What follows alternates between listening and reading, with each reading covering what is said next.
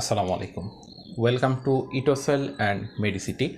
তো এই ভিডিওতে আলোচনা করব মেডিকেল কলেজগুলোতে এক্সাম প্যাটার্ন আসলে কেমন হয়।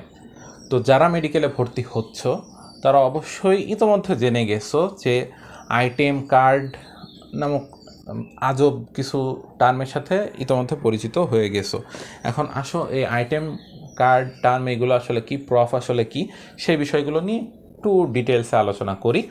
তো আইটেম হচ্ছে মেডিকেলের যে এক্সাম প্যাটার্ন আছে তার মধ্যে সবচেয়ে ছোট যে এক্সামটা সেটা হচ্ছে আইটেম। তো আইটেমের পর কি কার্ড, কার্ডের পর টার্ম এবং টার্মের পর হচ্ছে তোমার প্রফ। এখন কোন এক্সামটা আসলে কেমন হয়? আইটেম যে এক্সামটা হয় সেটা ম্যাক্সিমাম ক্ষেত্রে ওরাল এক্সাম, আবার কখনো কখনো এটা রিটেন হতে পারে, তবে ম্যাক্সিমাম ক্ষেত্রে এটা ওরাল এক্সাম। তো আইটেমটা আসলে কেমন হয়, ধরো আমি যদি তোমাকে বোঝানোর জন্য বলি, তোমার বায়োলজি বইয়ের তোমার অধ্যায় ছিল কয়টা? 12টা। 12টা অধ্যায়ের ধরো প্রথম অধ্যায়টা সেটা হচ্ছে আইটেম 1।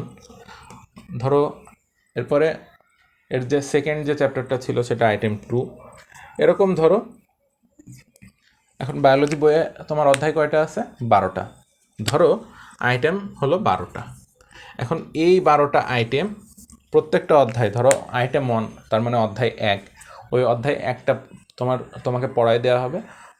পড়ার পর তুমি এসে ওইটার হচ্ছে পরীক্ষা দিবে। তো এইভাবে আইটেম যখন তোমার হয়ে যাবে, ধরো 12টা আইটেম তোমার ক্লিয়ার হয়ে গেল। এটা বিভিন্ন সিস্টেম ভেদে, অর্থাৎ আইটেমগুলো যেভাবে হয়, ধরো তোমার হচ্ছে কার্ডিওভাস্কুলার সিস্টেম বা হার্ট নিয়ে পড়াশোনা হচ্ছে, তখন ওই হার্ট রিলেটেড ধরো প্রত্যেকটা টপিককে ধরো 12টা টপিক বা কোনো ক্ষেত্রে 7টা টপিক, 8টা টপিক, 10টা টপিক এরকমভাবে ভাগ করা হয়। তো সেইভাবে হচ্ছে ওই 12টা টপিক ধরো শেষ হয়ে গেছে। এখন তার মানে কি, আমার বায়োলজি বইটা শেষ হয়ে গেছে। এখন বায়োলজির যে একটা বই, সেই একটা বই হচ্ছে তোমার কার্ড। তার মানে 12টা চ্যাপ্টার আমি শেষ করে ফেলছি, এইবার আসো কার্ড এক্সাম দিই। তো আইটেমগুলো শেষ, ওই অধ্যায়গুলো পড়া শেষ, এবার আসি পুরো বইয়ের উপর এক্সাম। ধরো পুরো বায়োলজি বইয়ের উপর এক্সামটা হচ্ছে, ওইটা হচ্ছে কার্ড এক্সাম। এখন কার্ড এক্সাম তোমার ফার্স্ট ইয়ার সেকেন্ড ইয়ার অর্থাৎ ফার্স্ট প্রফের আগে কার্ড এক্সাম মেইনলি 6টা কার্ড এক্সাম হয়ে থাকে। তো ধরো কার্ড 1 এবং কার্ড 2 যখন হয়ে যায়, 2টা কার্ড হয়ে যায়, ধরো 2টা সিস্টেম হয়ে গেছে, তখন হচ্ছে 2টা কার্ড মিলে একটা টার্ম হয়। এবার টার্ম হয় হচ্ছে 3টা। তো 3টা টার্ম যখন হয়ে যায়, 3টা টার্ম হয়ে গেলে আসলে তোমার যে সিলেবাস, ফার্স্ট ইয়ার সেকেন্ড ইয়ারের যে সিলেবাস সেটা আসলে শেষ। 3টা টার্মের মধ্যে ওই সিলেবাসটা আসলে শেষ করে দেয়া হয়। তো এরপরে আসে হচ্ছে প্রফ।